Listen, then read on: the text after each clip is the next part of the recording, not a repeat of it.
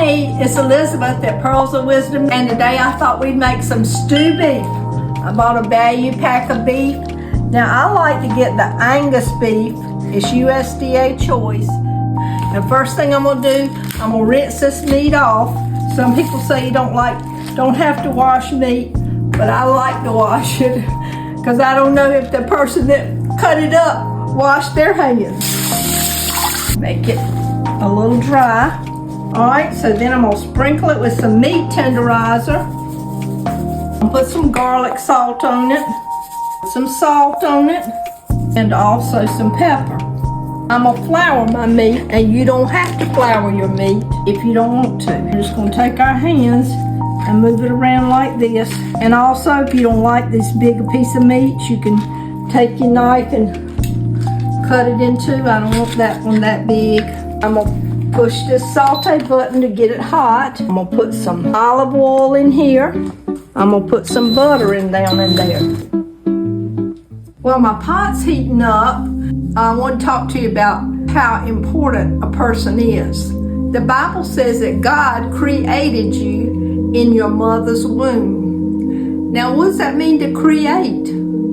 Have you ever created anything? When you draw a picture, you don't just scribble it if you're trying to create something. You pick the right colors. You pick the shape you want everything. And that's the way God picked you. That's the way He made you. He created you. He picked out your eye color. You were very carefully made.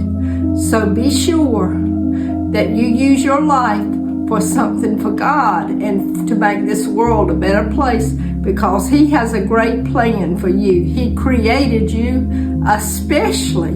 It says, Psalms 139 says He knit you together in your mother's womb. He made you and created you special. He picked your eye colors. He picked your hair color. He picked how tall you're going to be, how short you're going to be. He picked your personality.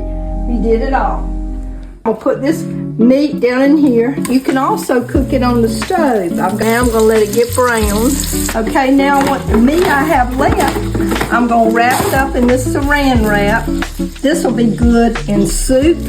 It'll be good in another stew. I'm going to let it cook, but not stir it right away, because that'll make flour come off if I stir it too soon. Now I'm going to stir this. It takes a while to get it to brown, but I'd say about 20 minutes and it'll be brown. Now while my meat's browning, I've got me another pot. You can cook your vegetables in the same pot with your meat, or you can cook it in a separate pot. I'm going to cook mine in a separate pot, and I'm going to put salt in the water. I put about 2 teaspoons of salt in there.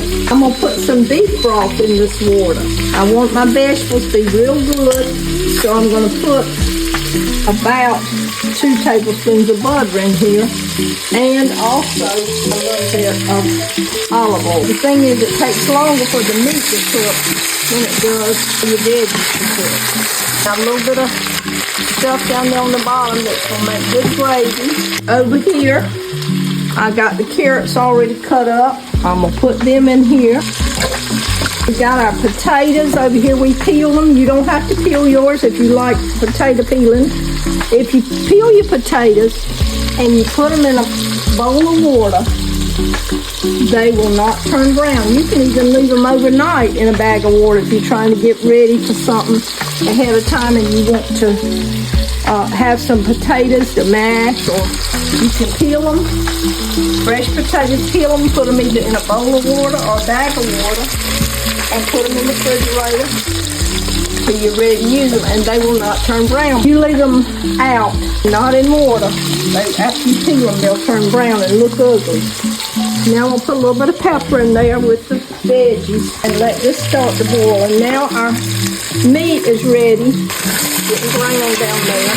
I'm going to add 2 cans of beef broth to this because I want my meat covered up good. And something else I like to put in when I do beef stew is a couple of beef bouillon cubes. You can taste it and see if you like it. If you don't like it, you don't have to put it in there. Turn the manual. I'm going to turn the lid on and make sure this knob is turned to the back. I'm going to cook it for 45 minutes. And because it's Instapot and it gets heated up, this pin will come up. And that means when the pin comes up, that means it's going to pressure. Over here with the vegetables, I put the water and the beef broth. I'm going to cook these for 25 minutes. Same thing, I'm going to turn this to the back. And when that pin comes up, that means it's going to pressure. These vegetables have been cooking and now they're down to 1 minute left. These, we're going to go ahead and release the pressure, the vegetables, because they don't need to cook anymore. But the meat, you let the pin drop by itself. When you release it, you just take this knob and push it forward and a bunch of water and air will come out. And now it's time to open it up. And here is our delicious vegetables that have carrots, potatoes, and onions, and it is going to be delicious. Then we have to wait for the pin to drop down by itself. You don't want to you don't want to put the meat, you don't want to release the pressure on meat because it makes meat tough. You just want it to release by itself. Okay, the pin has dropped down, and so we're going to open up and see what our beef stew meat looks like. Now here we go. We don't want to use the spoon that we use for the raw meat to get it good, to stir it, so I'm using this. Now here's our beef stew, and it's very tender, but it is not thick enough for me. I like the gravy thicker. So what I'm going to do is cancel that. I'm going to turn this to saute. Now I'm going to get this and put in 2 tablespoons, and then I'm going to put about half a cup of water. Now it has to be cold water or it'll make lumps. But don't ever worry if it's lumpy, because you can just strain it up if it's too lumpy. You don't have to worry. But I'm going to throw this in here, and then I'm going to let it cook up. When we come back, we'll have some thicker stew. So we've been cooking the gravy about 3 minutes, and it's gotten this thick. And you can cook it more than that. I've got it on saute. If you want your gravy thicker, you can eat this on, you can take your vegetables and mash up the potatoes and make that some mashed potatoes.